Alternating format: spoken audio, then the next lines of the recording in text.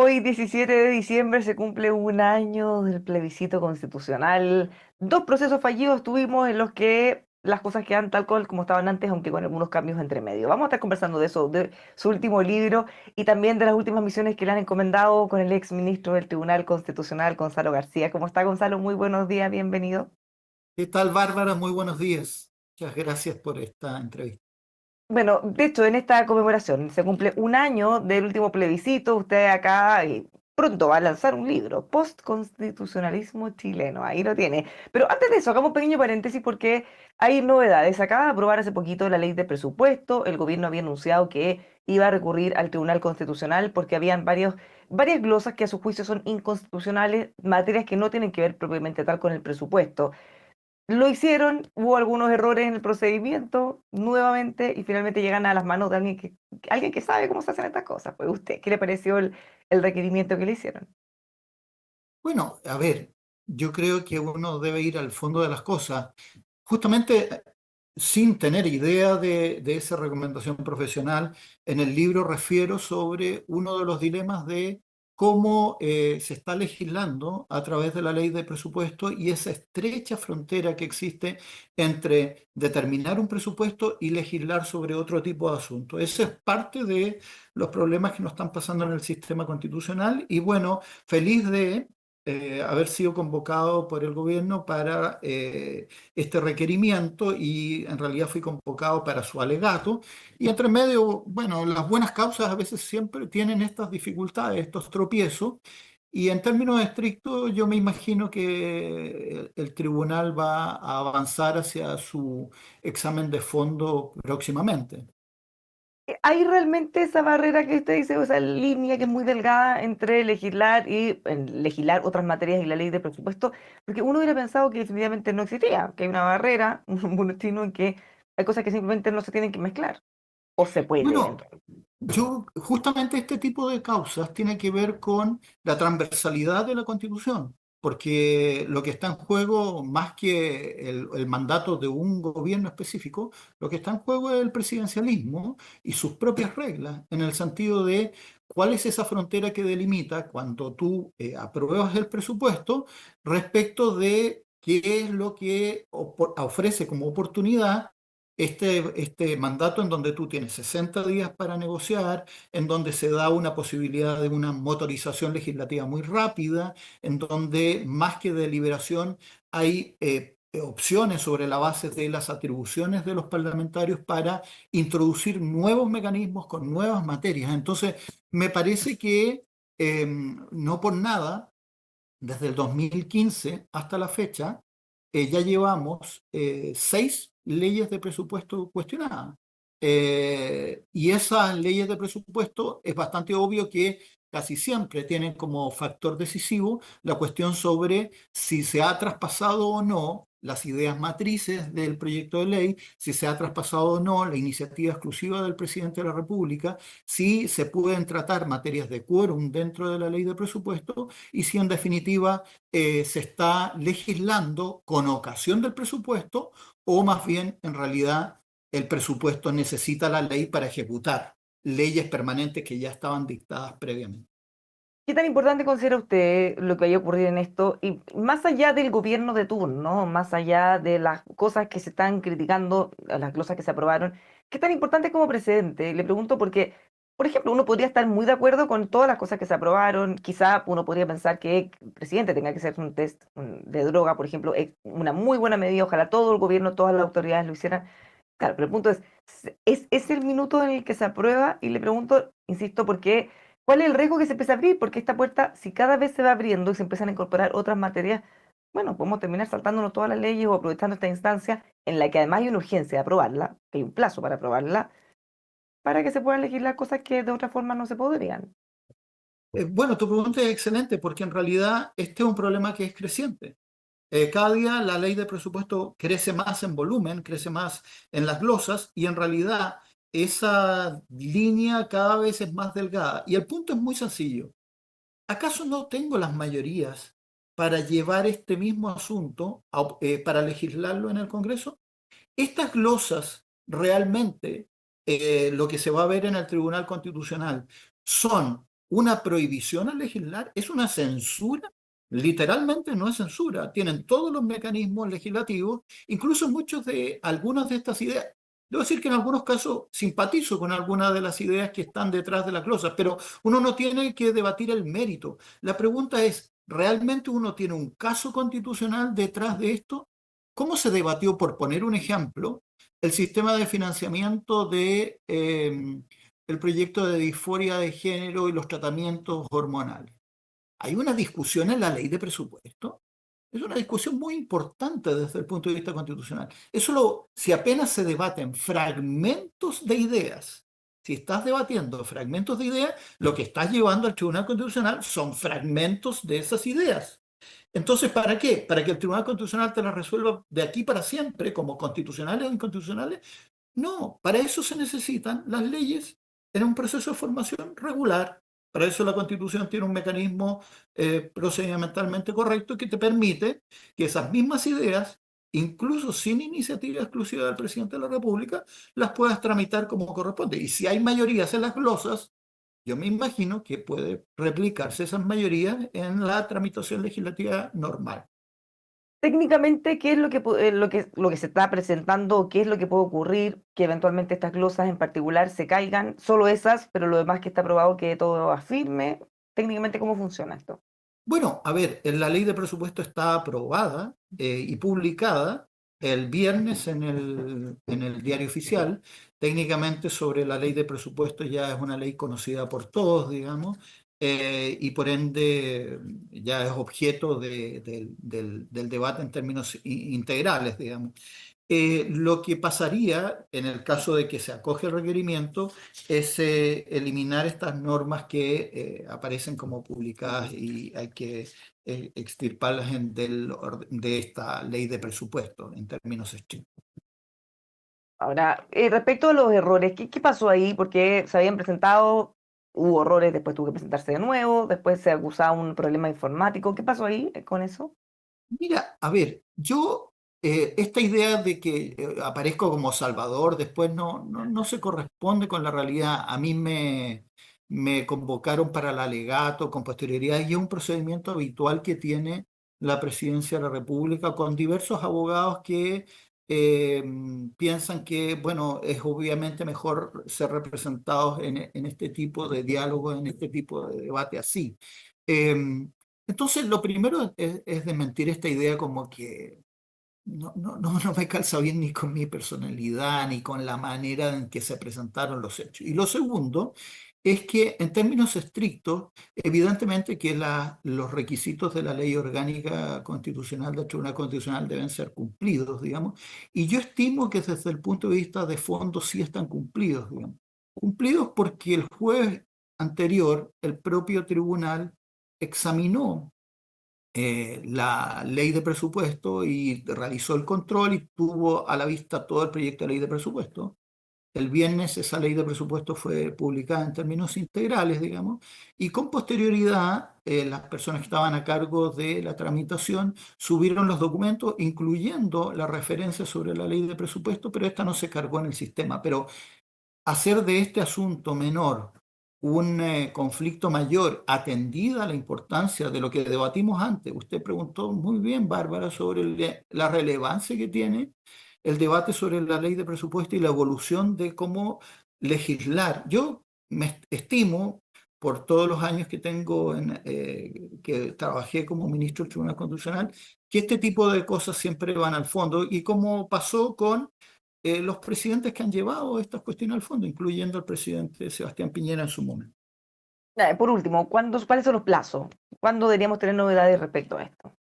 Yo por ahora, digamos, yo respeto al tribunal y me ciño a lo que el tribunal va a determinar. Tiene citada una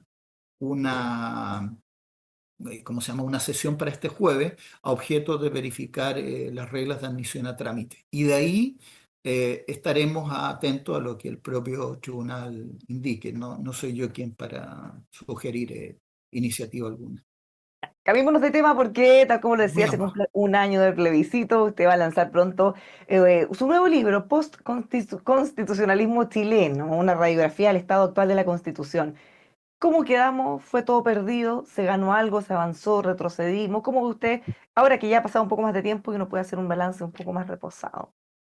Eh, bueno, es justamente la reflexión que desde la Universidad Alberto Hurtado hemos querido promover. Eh, no es baladí lo que pasó en Chile. Chile representa el 12º y 13º fracaso en la historia del constitucionalismo, de constituciones que han sido llevadas a ser aprobadas y han sido rechazadas. Y además es el primer caso, dos veces, en donde desde lo que podríamos uno denominar una cierta asamblea constituyente, que propuso textos, estos terminaron siendo rechazados. Esa cuestión supone que este libro es lo que examinamos. Evidentemente explica en la introducción del libro algunas claves politológicas. Yo no soy politólogo, yo soy constitucionalista, pero evidentemente tengo que explicar algunas claves politológicas relativas al efecto de las asimetrías de las reglas electorales que no se tuvieron bien a la vista, de entrar con un procedimiento voto voluntario y después con voto obligatorio. Después también se tiene a la vista esta idea de que en Chile hubo una polarización electoral, pero sin predominio de una mayoría estable que configurara una constitución definitiva. También hay un problema sobre el enorme peso que tuvieron a lo largo de todos ambos procedimientos los independientes con un poder de veto enorme. Hubo una participación ciudadana con agenda propia, hubo una cierta mirada equívoca sobre la despolitización y la relevancia de si se construía o no una mayoría social en la Constitución a partir de la suma de propuestas. Hubo un problema sobre la gestión de la moción constituyente. Está el dilema de cómo tú tienes 700 problemas constitucionales, pero que tienes que responderlo con una sola pregunta. Un sí, un no, una prueba, un rechazo. Entonces, hay varios problemas de naturaleza politológica, pero el estado de la cuestión jurídica, que es lo que es mi disciplina propia, supone que hay problemas de continuidad. Y los problemas de continuidad es que seguimos peleando con una cierta constitucionalización de debates sobre principios. ¿Realmente tenemos o no un principio de subsidiariedad? ¿Cuál es la posición del mercado? Hay debates ahí abiertos todavía. Tenemos trabas en el sistema político con, para qué decirlo, legislación social pendiente en materia de pensiones, salud pública, listas de espera. Hay un problema que las prioridades sociales no se transmiten a través del sistema regular de legislación. Y tenemos ya problemas que estallaron muy rápidamente a lo largo del año y por eso esta sensación de un año al plebiscito no es una sensación de un cierre de un ciclo. Están las cuestiones bastante abiertas. ¿Para qué decir las crisis en el régimen de nombramientos judiciales? Entonces, la tesis del libro es que hay dos fuerzas en pugna. Hay una fuerza que opera a favor de la constitucionalización del ordenamiento para decir aquí hay reglas del juego, hay principios que hay que promover. Esos principios deberían ser reglas comunes. El principio sobre el desarrollo de la libertad personal, la igualdad, una cierta lógica de inspiración de bien común. Pero hay otras fuerzas contrarias, digamos, que probablemente dejaron mucha huella en los últimos años. Y esas fuerzas contrarias son las que promueven la desconstitucionalización del ordenamiento. Y son muy prácticas. Significan actos de deslealtad constitucional, muy, muy concretos, digamos. Incumplimiento de sentencias de inaplicabilidad del Tribunal Constitucional, desconocimiento de los límites de la iniciativa exclusiva del presidente de la República, tramitación de proyectos inadmisibles, establecimientos, por ejemplo, de que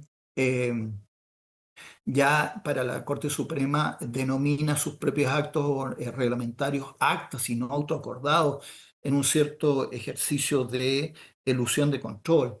También hay una pérdida de confianza en el órgano que controla la supremacía.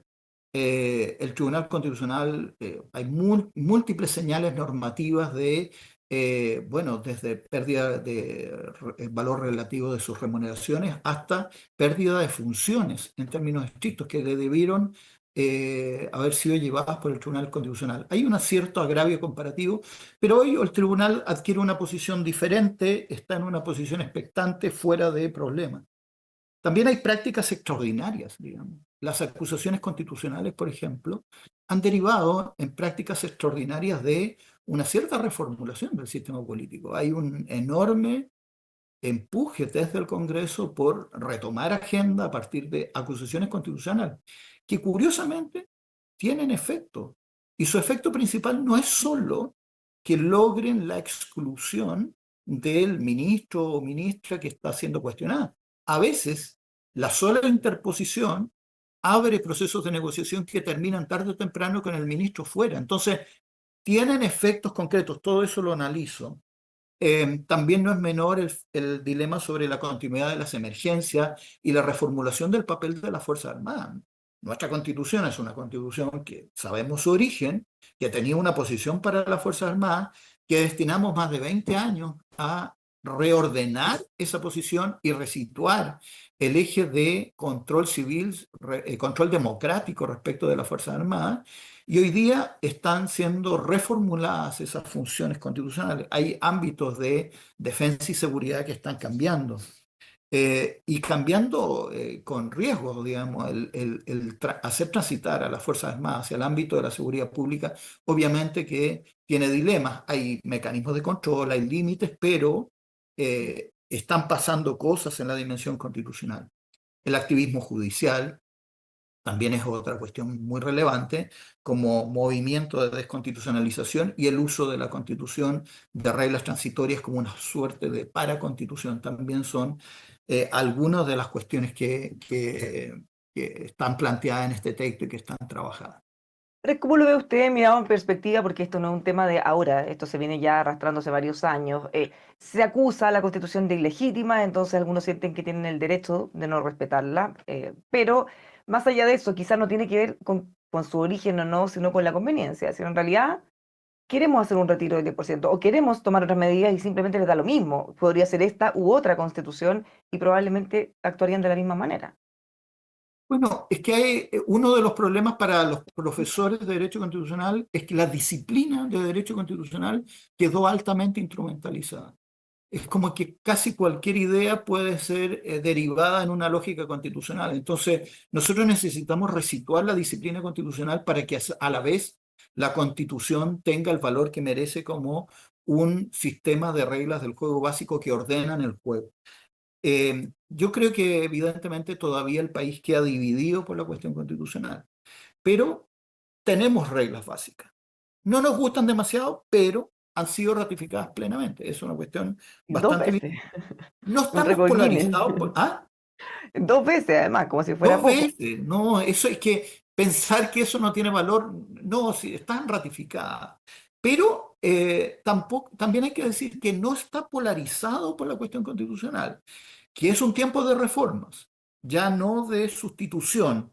Pero las reformas, una de las claves de lo que uno debe entender como lecciones es que entramos a los procesos de sustitución constitucional sin un proyecto en la mesa. Solo entramos con procedimientos y ambos procesos constitucionales. Y en el segundo proceso se intentó corregir con algunas bases, pero a la gente no se la puede invitar a un proceso de cambio constitucional sin una reflexión seria sobre hacia dónde va esos cambios. No solo hacia dónde va, sino que la capacidad que tiene la Constitución de convocar grandes mayorías para que la Constitución deje de discutirse. Una de las grandes gracias que tienen los procesos constitucionales es que uno no debate sobre la Constitución, sino que debate sobre lo que produce la Constitución. Y el ordenamiento debe fluir, y esto debe fluir como efecto de reglas básicas para el propio país, para que fluyan las demás circunstancias del propio país, su régimen político, su sistema económico, que, ojo, no solo están asediados por cuestiones internas que sabemos que vienen desde la década pasada y que los últimos 5 o 6 años han sido muy difíciles. También pueden venir asediadas por dilemas externos con problemas no menores de constitucionalismo autoritario, populista, que está presionando nuestro sistema. ¿Por qué le llamo a este libro postconstitucionalismo? Simplemente porque es la salida. ¿Qué nos pasa después? ¿Qué nos pasa después con estos dilemas no resueltos? Y porque la Constitución no adoptó ni un sistema de constitucionalismo identitario, ni un sistema de constitucionalismo latinoamericano, y tiene problemas con sus dilemas de constitucionalismo liberal. Tenemos que llegar a acordar cuáles son esas reglas del juego que nos inspiren a todos para participar ampliamente. Gonzalo, estamos a pocos días de Navidad. ¿Qué mejor regalo que su libro va a estar disponible ya a esa altura y dónde se puede encontrar? El libro está en preventa en Ediciones Der, así que bueno, no soy yo quien debe venderlo, pero me No, encanta pero la yo idea de aprovecho para que pasar el es una dato. oportunidad efectivamente de que la universidad y el trabajo que se hace en las universidades tenga también un valor en las reflexiones que tenemos en el país. Muchísimas gracias, Gonzalo, por conversar con nosotros. Pues que tenga un muy buen día. Gracias, Bárbara. Muy amable. Igualmente. Los dejamos invitados a que sigan con nosotros aquí en emol.com.